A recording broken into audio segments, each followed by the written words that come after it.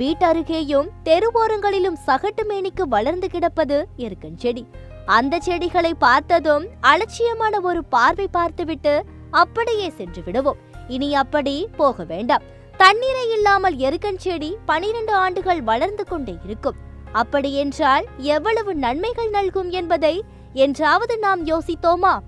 ஆண் பெண் உடலில் வரும் புண், பரு, சொறி ஆகியவற்றுக்கு அருமருந்து எருக்கன் பூ. அதனை வெயிலில் நன்கு உலர வைத்து பொடி செய்து கருப்பு கட்டி சேர்த்து தினமும் 2 வேளை சாப்பிட்டு வந்தால் புண் குணமாகும், மறு அகன்றுவிடும், சொறி நீங்கிவிடும். குழந்தைகளின் வயிற்று வலி, கிருமி தொல்லை, பசியின்மை போக்க 5 சொட்டு வரை எருக்கன் இலை சாறு கொடுத்தால் போதும். தேள் கடித்தவர்கள் எருக்க இலை சாறு குடித்தால் விஷம் நீங்கிவிடும். தேள் கடித்த இடத்தில் எருக்க இலை சாற்றை விட்டால் உடனடியாக வலி நீங்கும். இதேபோல் மூட்டு வலி, குதிங்கால் வலி போக்கவும் எருக்கன் இலை பயன்படுகிறது.